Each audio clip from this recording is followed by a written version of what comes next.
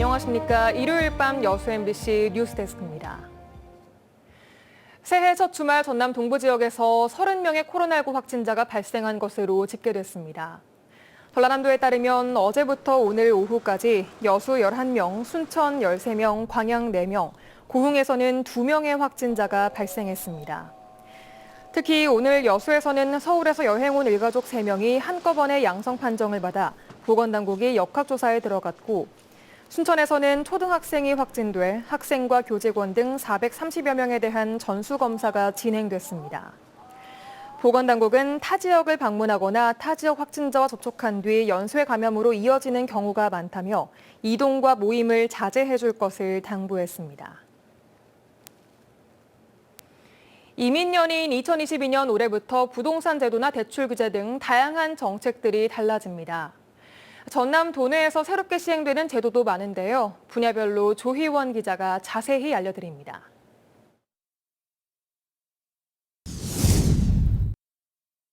인구 절벽의 벼랑 끝에 선 전라남도가 올해 가장 집중하는 분야는 출산과 보육 관련 제도입니다.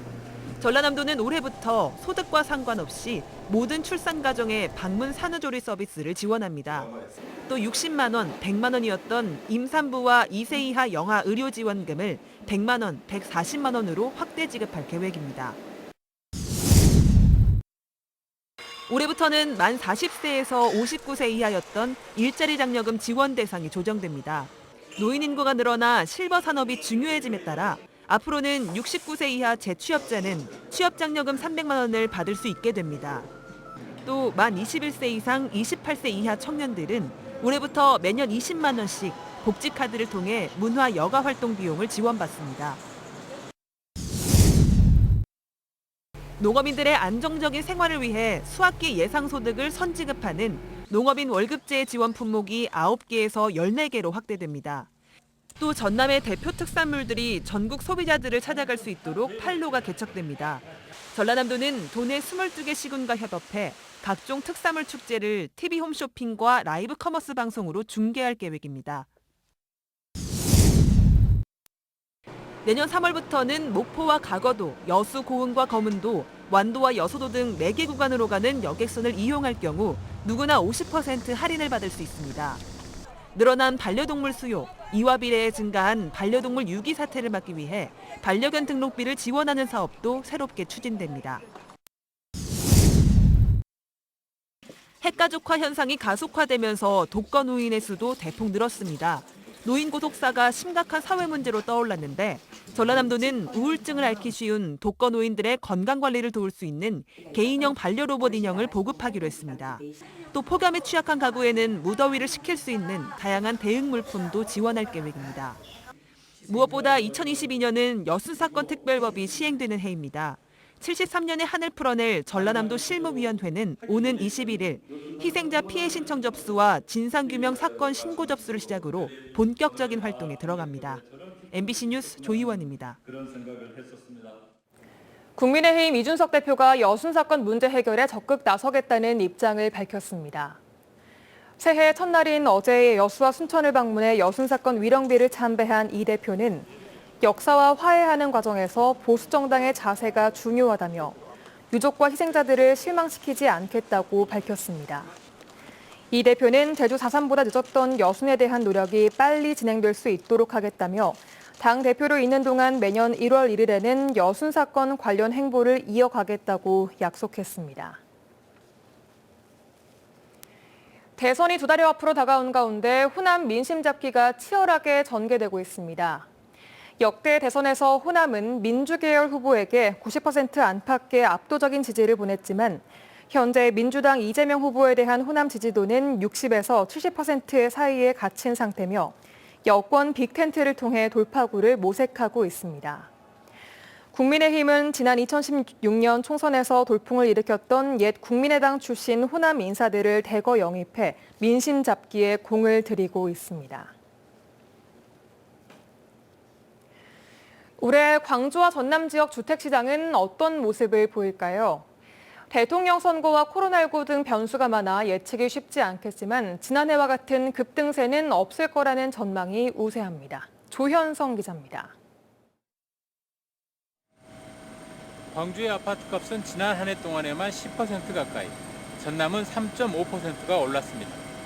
특히 광주와 여수, 순천, 광양 등은 금융과 세금 규제를 받는 조정 대상 지역으로 묶여있는 가운데서도 지속적인 상승세를 이어갔습니다. 전국적인 집값 급등 흐름 속에 정부가 가계대출을 더욱 조이면서 작년 하반기 들어서는 수도권 등 일부 지역의 집값이 하락세로 반전하거나 가격 상승폭이 크게 둔화됐습니다.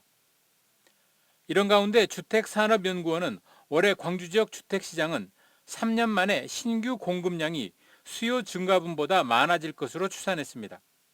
그래도 누계로는 여전히 6천 가구 정도 공급이 부족한 상황에서 광주의 주택 수급 지수가 작년보다는 높아지겠지만 여전히 100을 밑돌아 수요가 더 많을 것으로 전망됐습니다. 관건은 역시 정부의 정책 기조입니다. 지난 연말 정부는 일부 지자체의 요청에도 불구하고 주택거래 규제를 그대로 유지하며 집값을 하향 안정화하겠다는 방침을 분명히 했습니다. 때문에 올해 광주의 집값은 상승세를 이어가더라도 상승폭은 제한적일 수밖에 없다는 관측이 우세합니다. 광주 전체적으로는 매물이 과거보다는 조금씩 더 적체가 되고 있는 현상이 약간씩 보이기 시작하거든요. 앞으로도 이제 추가적인 금리 인상도 예상이 된다고 하고. 여기에 오는 3월 대선 결과에 따라 새 정부의 정책 변화가 예상되는 데다 6월 지방선거 변수까지 있어 주택시장의 불확실성은 당분간 이어질 전망입니다. MBC 뉴스 조현성입니다.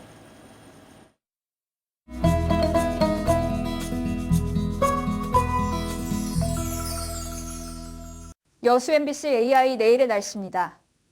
2022년 새해 첫 주말 광주와 전남 지역에는 대체로 맑은 날씨가 이어졌는데요. 월요일인 내일은 오전까지 구름이 많이 끼다가 낮부터는 다시 맑은 하늘을 볼 수 있겠습니다. 지역별 날씨와 기온 보시겠습니다.